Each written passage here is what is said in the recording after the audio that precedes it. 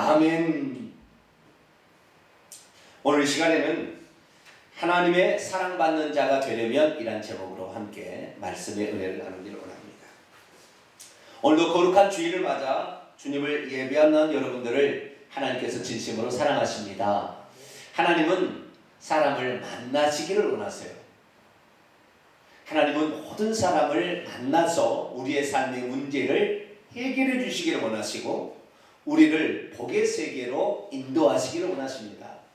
그래서 우리는 하나님을 만나러 와야 되는데 하나님 우리를 어떻게 만나느냐? 하나님은 우리를 말씀으로 만납니다. 무엇으로 만난다고요? 말씀으로 만나는 거예요.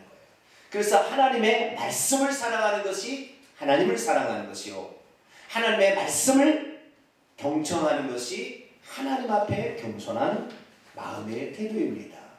하나님의 말씀을 받는 자세와 그리고 하나님의 말씀을 사모하는 모습을 보면 이 사람이 얼마나 하나님을 사랑하나 라는 사실을 알 수가 있는 것이죠. 오늘도 하나님의 큰 사랑을 받고자 간절히 원하는 마음으로 하나님 말씀을 받을 때 여러분의 생명의 양식이 되고 힘이 될 수 있는 귀한 시간이 되기를 간절히 바랍니다. 오늘은 신년 들어 두 번째 맞는 주일입니다. 과연 올 한 해 어떠한 각오와 그리고 결단으로 살아야 하는 것일까요?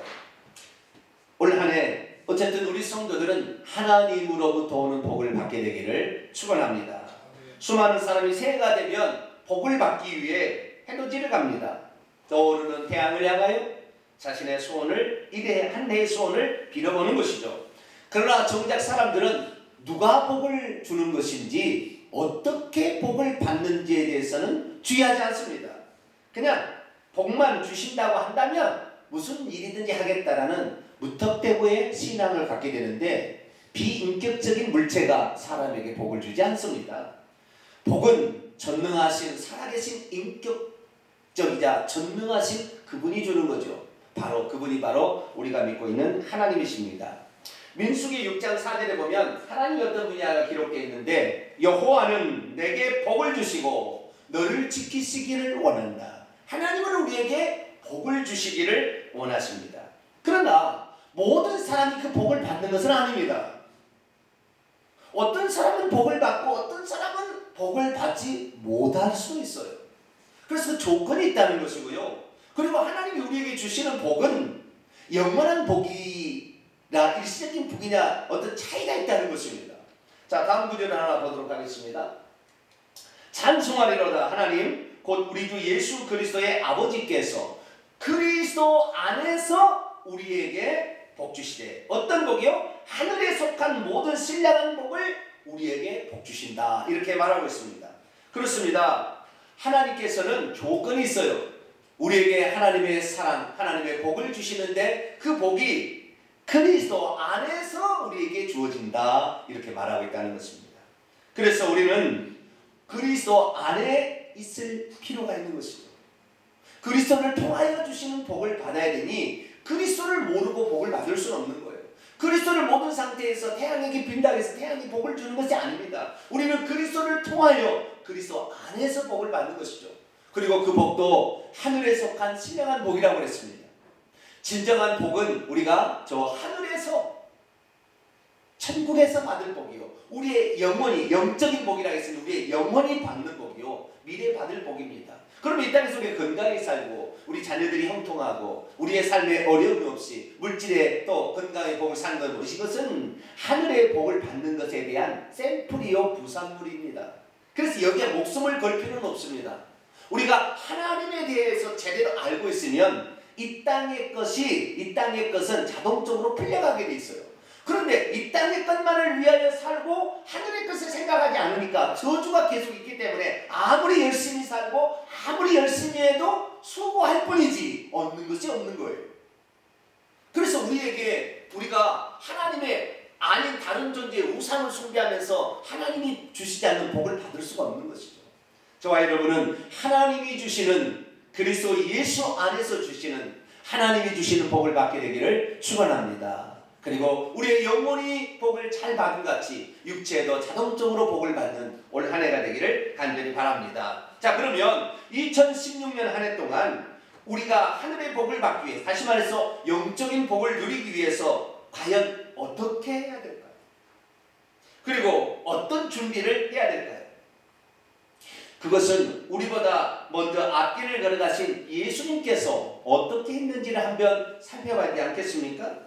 그리스도의 공생애의 출발점에 있었던 세례 요한에게 세례를 받으신 사건, 우리는 이것을 통하여 하나님의 사랑을 받고 하나님의 기뻐하심을 입은 사람이 되는 조건들에 대해서 살펴볼 수가 있습니다. 오늘 이 말씀이 올 1년 동안 저희 여러분의 꼭 필요한 말씀이 되기를 축원합니다. 오늘 본문 말씀은 예수께서 세례 요한에게 세례를 받으셨을 때 하늘로부터 이는 내 사랑하는 아들이요 내 기뻐하는 자라는 음성을 들었다는 그런 말씀입니다.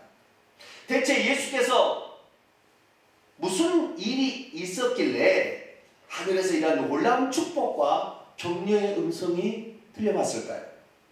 예수께서 세례 요한에게 세례를 받으셨을 때 하늘에서 들려오는 그 음성은 공생애를 시작하기에 앞서 두려워 떨고 있는 예수님에게 힘과 용기를 주기 위한 하나님의 격려의 음성이었을까요?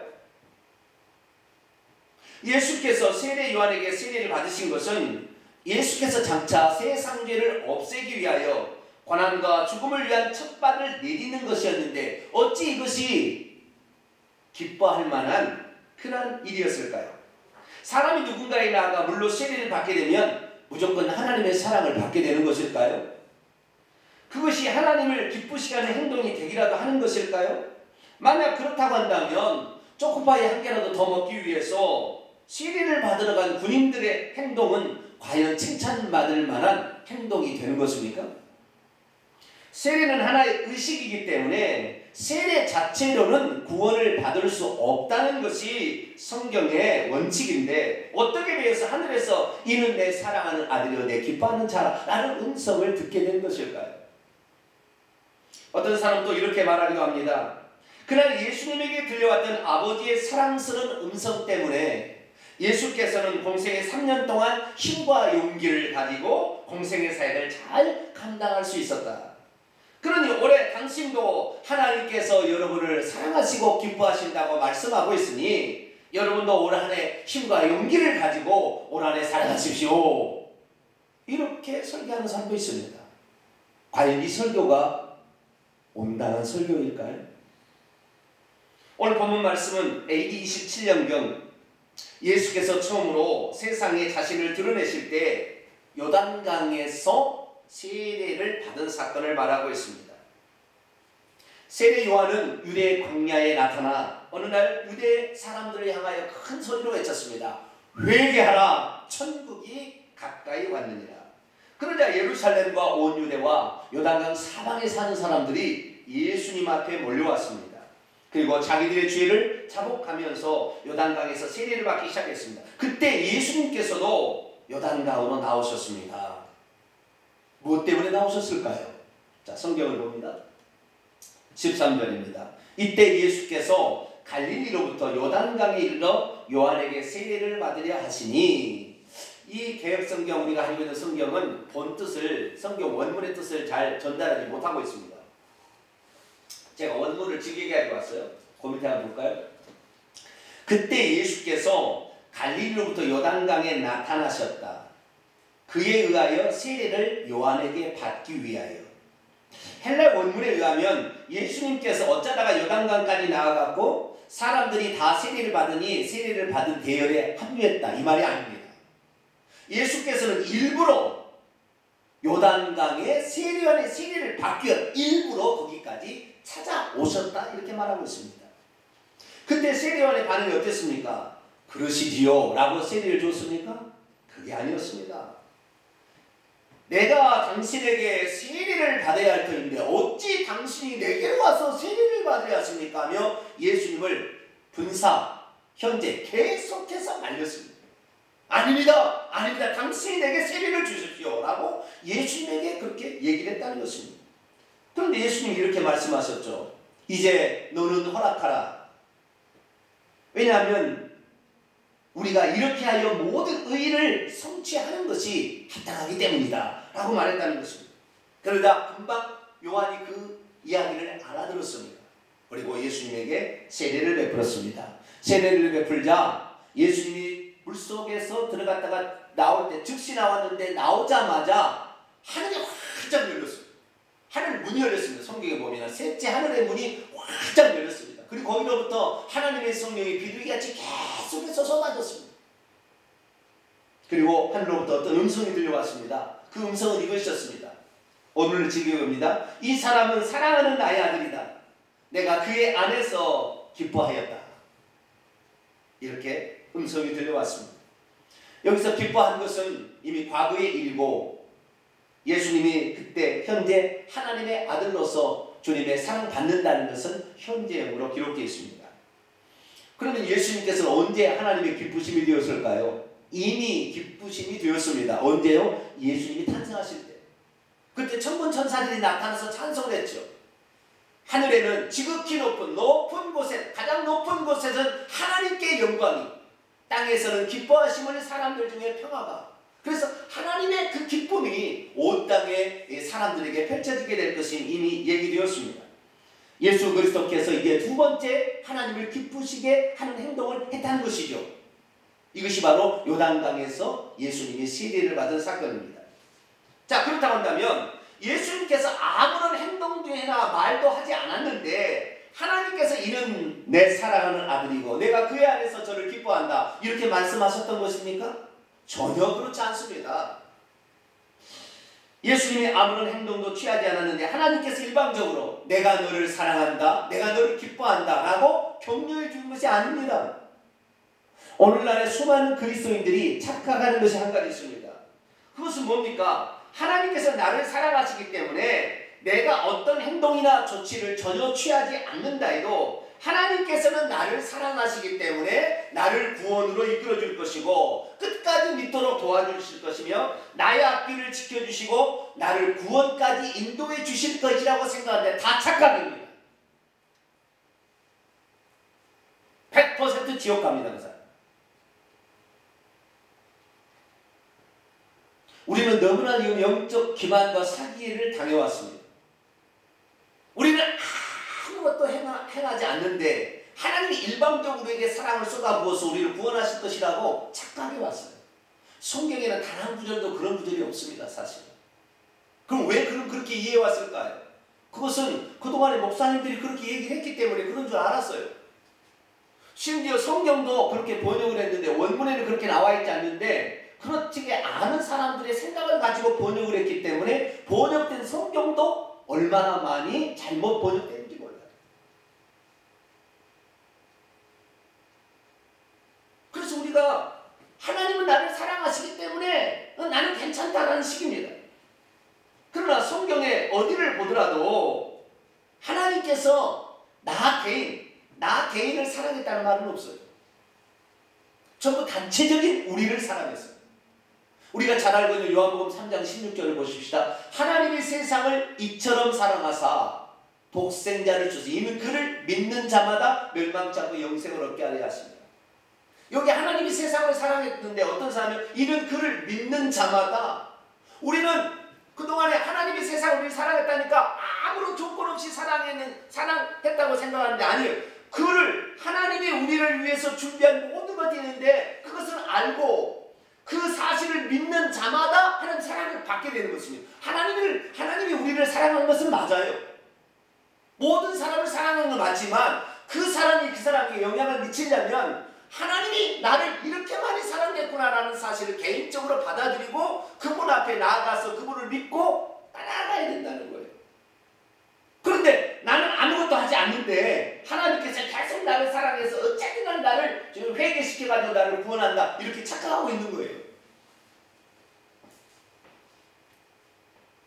성경은 뭐라고 얘기하고 있느냐? 성경을 정확히 보셔야 됩니다. 자, 한번 읽어보겠습니다. 요한복음 3장 19절 한번 읽어볼까요? 시작. 그 정죄 심판은 이것이니 곧 빛이 세상 안으로 이미 들어왔으되 사람들은 빛보다 어둠을 더 사랑했다. 왜냐하면 자기들의 행위들이 악해왔고 지금도 악하기 때문이다. 이게 무슨 말입니까? 어떤 사람이 하나님의 사랑을 받고 심판을 받지 아니하는가에 대한 말씀인데요. 여기 뭐라고 되어 있습니까?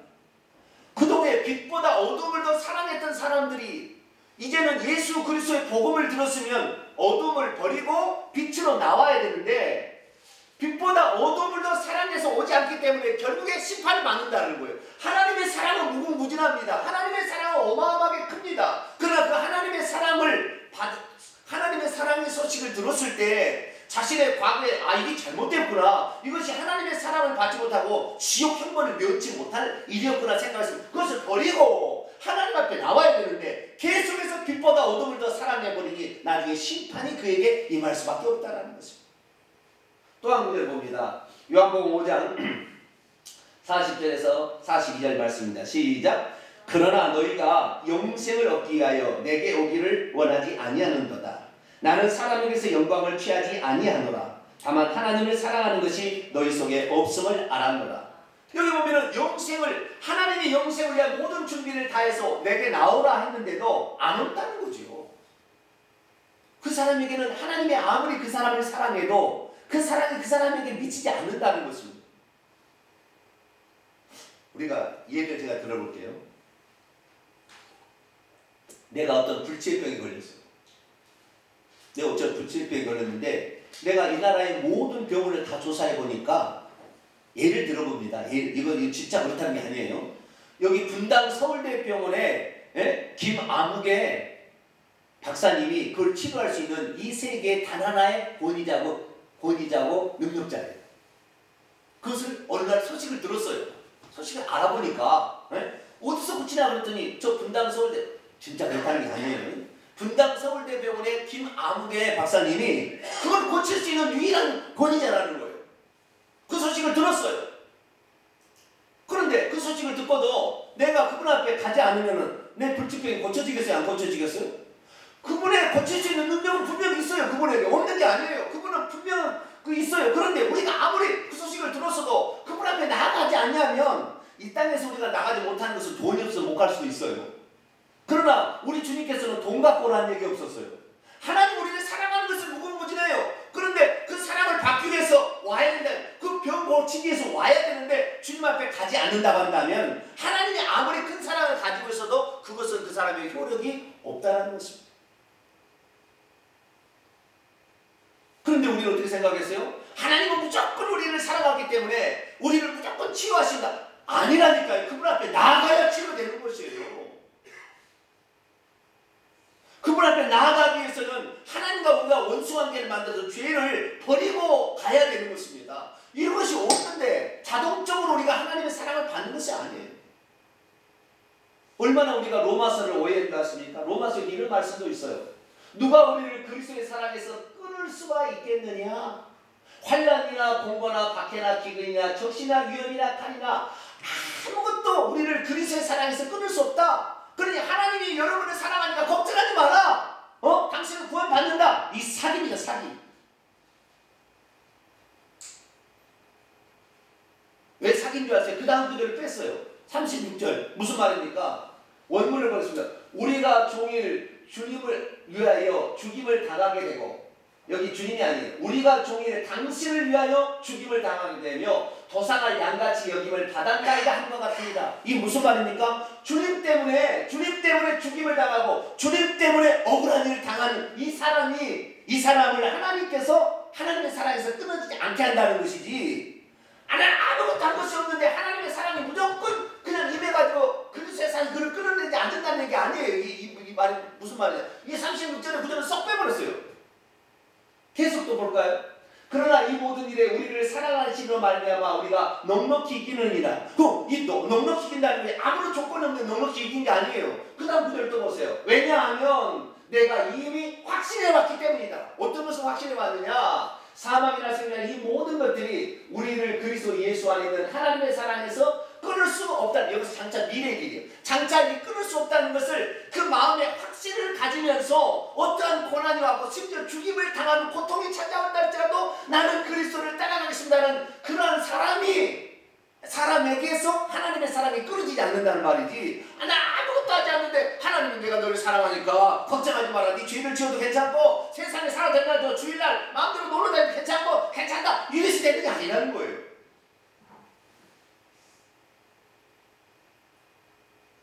그동안에 우리는 너무 속았어요.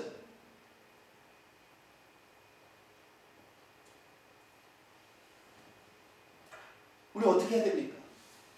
다시 믿음의 체계를 다시 세워야 됩니다.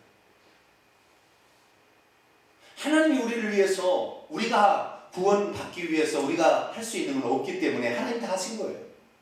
하나님이 다 구원책을 마련하신 것입니다. 우리를 치열할 만한 능력을 하나님이 다 가지고 계십니다. 그러나 우리가 그분께 나아가지 않으면, 그분과 우리 사이를 내었던 이 죄악을 버리지 아니한다면 우리는 지옥 갑니다. 자, 내가 분당 서울대병원에 갑시다. 치료를 한번 받았다고 합시다. 그 병이 생기도록 하는 요인들을 청산해야 되는데, 한 번 가서 치료를 받고 왔는데 또 그 요인을 이렇게 술을 퍼먹어서 갔다고 합시다. 또 술을 계속 퍼먹어봐요. 이 사람 되겠는가? 다시 병 걸릴 수밖에 없죠. 그러니까 우리가 그동안에 너무 믿음을 쉽게 생각했어요. 그냥 두리뭉실 해주는 것에 두리뭉실. 여러분, 새 아침에 떠오르는 태양하고 12월 31일 날 아침에 떠오르는 태양하고 다른 태양입니까? 뭐 태양이 뭐 인격이 귀가 달렸습니까? 뭐가 달렸습니까? 무조건 그런 줄 알고 지금 있다는 말이죠. 성경을 정확히 봐야 되는 거예요. 주의 말씀이 무엇인지 정확히 봐야 되는 거예요. 자, 그렇다고 한다면 예수께서는 왜 세례 요한에게 나아가서 세례를 받으셨고, 그것이 어떻게 되어서 하나님의 사랑을 받을 만한 행동이었던 것일까요? 우리가 먼저 알 것은, 예수께서 세례 요한에게 세례를 받으려 하신 것은 우리가 세례를 받으려 하는 것과는 차이가 있다는 걸 아셔야 합니다. 왜냐하면 예수님은 죄 없이 태어난 둘째 사람이기 때문에 그렇습니다. 처녀 마리아의 몸에서 성령으로 태어나신 분이기 때문에 죄된 본성을 가지고 있지 않았고, 그분은 죄를 짓지 않았기 때문에 세례를 받을 필요가 없습니다. 왜냐하면 세례는 죄를 씻는 회개의 표시였기 때문에 그렇습니다. 그럼 예수님이 죄를 지어서 지금 세례를 받으러 왔습니까? 그렇지 않죠. 그래서 세례 요한은 분명히 말렸습니다. 당신은 죄가 없는 사람인데, 벌써 기도하는 사람이 영감으로 알았기 때문에 금방 알았죠. 당신은 오히려 내가 죄인이니까 당신에게 내가 세례를 받아야 될 거 아닙니까? 라고 예수님이 얘기를 한 거죠. 그런데 예수님께서 뭐라고 그랬습니까? 예수 그리스도께서 하신 얘기를 들어보고, 그리고 세례 요한이 그렇게 세례를 베풀었던 이유를 우리가 정확히 알아야 됩니다. 그래야 우리가 어떻게 하나님의 사랑을 계속해서 받고, 그리고 하나님의 기뻐하심을 입을 수 있는가가 기록되어 있기 때문에 그렇습니다. 세례 요한이 먼저 예수님에게 세례를 베풀어야 했던 이유를 자기가 얘기한 적이 있어요. 자, 요한복음을 한번 볼까요? 요한복음 1장 31절입니다. 요한복음, 왜 내가 예수님에게 세례를 베풀어야 됐는가? 알아들었어요. 예수님은 죄가 없으니까 세례 안 받아도 될 사람인데 왜 세례를 베풀어야 되는가? 이게 세례는 알고 있었어요. 어떻게 알았습니까? 하나님이 가르쳐줬어요. 어떻게 가르쳐줬느냐? 같이 한번 읽어볼까요? 시작. 나도 그를 알지 못하였으나 내게 와서 물로 세례를 베푸는 것은 그를 이스라엘에게 나타내려. 이건 뭐냐면, 나도 예수님이 누군지 잘 몰랐는데 나에게 세례를 베풀라 하신 그분 하나님께서 이 사람을 이제는 드러낼 때가 됐다라고 얘기했다는 거예요. 뭘로 그럼 드러내느냐? 자, 보세요. 그 다음에 구절을 보면은 33절. 나도 그를 알지 못하였으나 나를 보내어 물로 세례를 베풀라 한 그분이 하나님이 나에게 말씀하시되, 성령이 내려서 누구 위에 머무는 것을 보거든 그가 그 성령으로 세례를 베푸는 인줄 알라 하셨기에 내가 보고 그가 하나님의 아들이심을 증언하였노라. 나도 그를 알지 못했으나, 나도 그가 누군지를 잘 몰랐으나 이분이 바로 성령으로 세례를 베풀어서 성령으로 모든 사람의 죄를 사해 주시는 분이고, 그분은 곧 하나님의 아들이시다는 것 때문에 그분에게 세례를 베풀어야 되는데, 하나님의 아들로서 세상 죄를 없애하려면 어떻게 해야 돼요? 자기가 세례를 베풀어야 된다는 걸 알았다는 거예요. 그래서 그 다음날 요한복음 1장 29절 보면 세례를 베푸고 난 그 다음날 요한이 예수께서 자기에게 나오심을 보고 이르되 뭐라고 했냐면은, 보라 세상 죄를 지고 가는 하나님의 어린 양이라 했다는 거예요. 이게 무슨 말입니까? 세례 요한이 예수님에게 세례를 베풀기 전까지는 세상죄를 지고 온 하나님 어린 양이 아니었어요. 그런데 세례를 베풀고 나니까 하늘이 활짝 셋째 하늘까지 그냥 하늘 문이 활짝 열리면서 하나님의 성령이 비둘기같이 내리면서 하늘에서 음성도 들렸을 뿐만 아니라 이분이 누구로 되어버렸어요? 세상죄를 지고 하는 하나님의 어린 양이 되었다는 것입니다. 이것은 곧 구약의 율법에 기록된 대로 백성의 대표자가 어린 양에게 대속죄일 날은 대표자가 어린 양의 안수를 하면 모든 죄가 넘어가는 죄를 전가하는 의식이었다는 거예요. 다시 말해서 예수님이 그날 세례를 받게 되는 것은 예수님 당신이 죽기 위한 속죄양이 되게 하기 위해서 죄를 뒤집어 쓰려고 세례를 받은 거예요.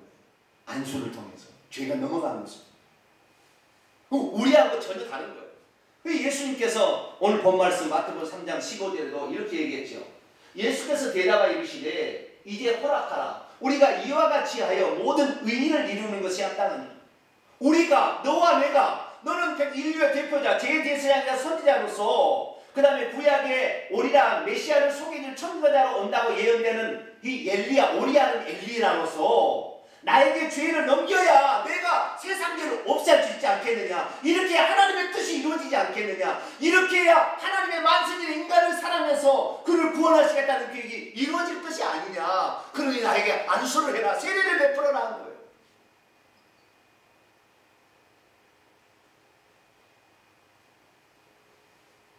그래서 세례 요한이 예수님에게 세례를 베풀자 인류의 죄가 세례 요한을 통하여 예수님에게 전가될 때 하늘에서 공식적으로 이제 하나님의 뜻이 이루어지게 되었으니 이는 내 사랑하는 아들임이 맞다.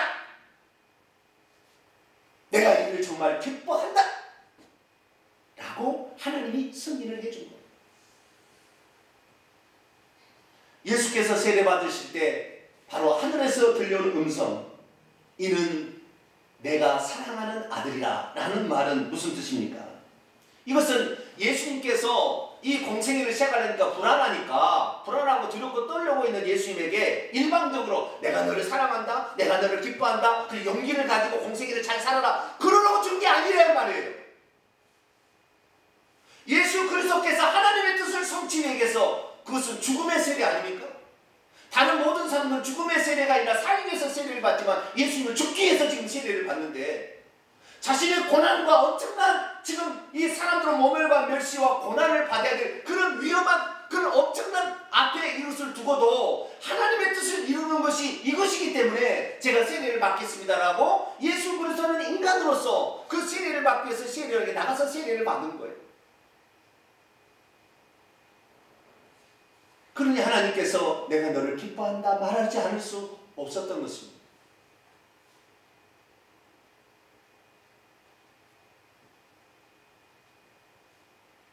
예수님이 이 세례를 받은 것은 어떤 낭만적인 사건이 아니에요. 위로와 격려인데 이 위로와 격려가 미래를 두고 위로와 격려가 아니라 그 하나님의 뜻을 성취하기 위해서 한 발자국 주님의 앞으로 나간 것에 대한 격려예요. 예수님이 하나님의 뜻을 이루기 위해서는 그게 3번 한 발자국 나갔는데 3번 하나님의 음성이 들렸어요. 예수님이 탄생하실 때, 예수님이 세례 받으실 때, 예수님이 죽으실 때. 이 모든 것은 다 인류를 사랑하시는 하나님의 뜻을 예수 그리스도 이루기 위해서 한 발자국 나아갔을 때 하나님이 들려주는 음성입니다. 오늘도 마찬가지 우리가 아무런 조건 2016년이 지금 밝아지고 왔는데 아무것도 해가지 않냐고 하나님 나를 사랑하니까 괜찮겠지 우리는 복을 천만에 만만 그 기만이에요. 그 사기예요. 사기. 목사도 사기치고 있는 거예요. 우리 성도들도 다 사기 당하고 있는 거예요. 절대 그러지 않아요.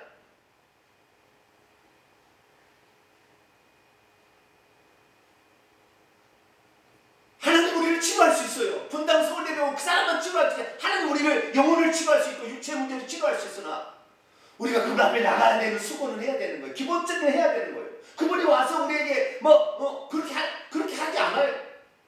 우리의 기본적인 걸 보는 거예요. 우리의 기본적인 걸 보는 거예요. 그럼 우리가 2016년에 결단도 않고 아무것도 하지 않냐고 2015년이랑 별반 차이 없이 그냥 살아가는데 하나님 나는 복을 받기 복 없어요.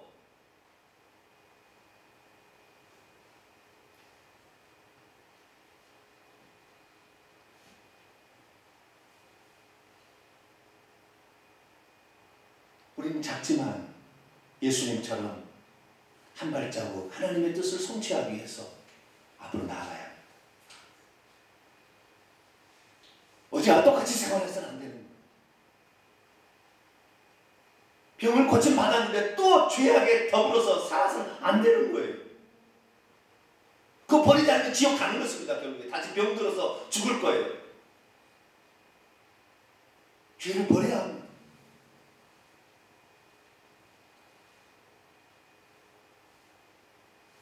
믿음이란 무엇입니까?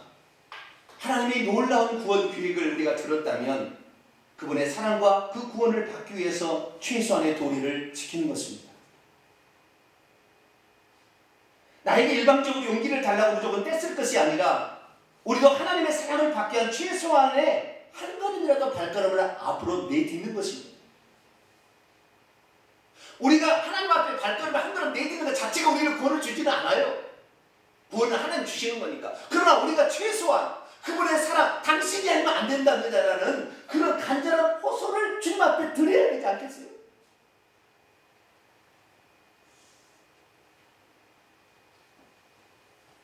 예수님도 우리와 분명 똑같은 사람의 몸을 입으신 사람이었습니다.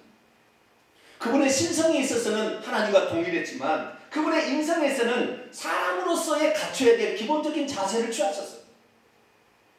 하나님 아버지의 뜻에 복종하기 위해서 그것이 죽음의 길이요 그것이 고난의 길이었지만 그 길을 가기 위해서 한 발짝 앞으로 내딛는 거예요. 예수님이 아무런 행동도 취하지 않는데 앞으로 자라라고 하나님이 격려하면서 이는 내 사랑하는 아들이야 그렇게 한 것이 아니에요. 예수께서 인류 구원을 위하여 하나님 자신의 뜻을 성취하기 위해서 어렵고 힘든 일이지만 그래도 한 발짝 앞으로 뛰어나가니까 이는 내 사랑하는 아들이다. 내가 너를 기뻐한다. 너의 행동을 내가 축하한다. 그렇게 말씀하신 것입니다. 그러므로 하늘에서 들려온 음성은 예수 그리스도의 이러한 결단으로 앞으로 한 걸음 나간 것에 대한 하나님의 격려와 칭찬이었던 것입니다. 오늘날로 표현하면 이렇게 표현할 수 있어요. 사실 나는 이미 너의 탄생을 기뻐했단다. 이제는 내가 인류 구원을 위해서 내가 가야 할 길에 한 발자국 더 나아가는 것을 보니 내가 너를 사랑하지 않을 수 없구나. 잘했다. 세례라는 것이 무엇이더냐? 죄를 지은 인간에 있어서 세례는 죄를 씻어주는 일이겠지만 내게 있어서는 죽기 위해 너의 목숨을 포기하는 것이 아니더냐. 그것은 고통이요 그것은 고난의 길이지 아니더냐. 그러나 잘했다. 그래서 내가 너를 축복한다. 내가 너를 사랑한다. 내가 너의 길에 한 번 더 그러한 결단이 있다는 걸 알고 있다. 그러나 끝까지 최선을 다해라. 그래서 너에게 부여된 과업을 꼭 완수하길 바란다. 바로 이 말씀입니다. 결국 어떻게 되었습니까? 예수 그리스도께서는 그렇게 한 발자국 한 발자국 하나님의 뜻을 성취하셔서 결국에 십자가상에서 다 이루었다. 그렇게 하셨습니다. 그러자 하나님은 그렇게 수고한 그 아들을 향하여 복을 주셨습니다. 이러므로 하나님이 그를 지극히 높여 모든 이름 위에 뛰어난 이름을 주사 하늘에 있는 자들과 땅에 있는 자들과 땅 아래 있는 자들로 모든 무릎을 예수의 이름에 꿇게 하시고 모든 입으로 예수 그리스도를 주라 시인하여 하나님 아버지께 영광을 돌리게 하셨느니라. 예수님이 그냥 주님이 되시는 게 아니에요. 예수님이 그냥 메시아가 된 게 아니에요. 예수님도 인간으로서 어려운 길이었어요. 힘든 일이었어요. 그러나 과거에 파묻혀 있는 것이 아니라 하나님의 뜻을 성취하기 위해서 한 발자국 한 발자국 앞으로 나아가셨다는 것입니다. 2016년이 되었는데 한 발자국도 뛰지 않고 과거와 똑같이 살려고 하고 있습니까? 하나님 사랑 받을 수 없습니다. 포기하는 것입니다. 그것은.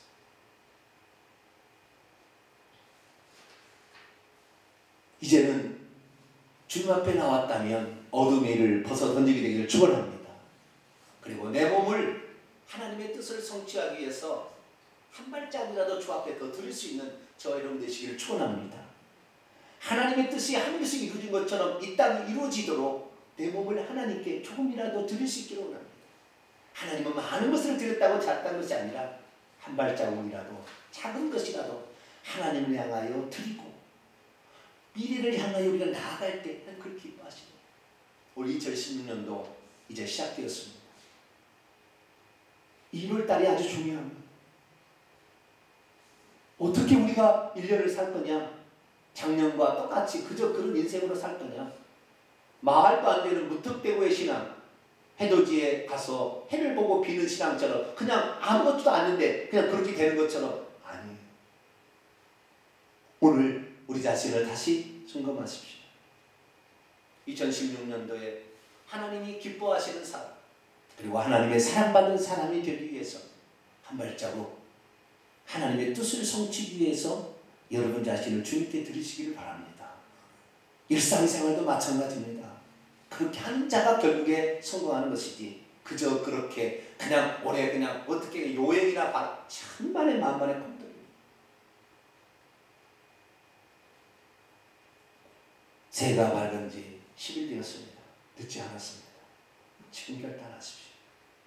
하나님의 뜻을 향하여 내가 어제보다는 더 낫게 오늘을 준비해 가서 꼭 하나님의 사랑받는 귀한 한 해가 되시기를 간절히 축복합니다.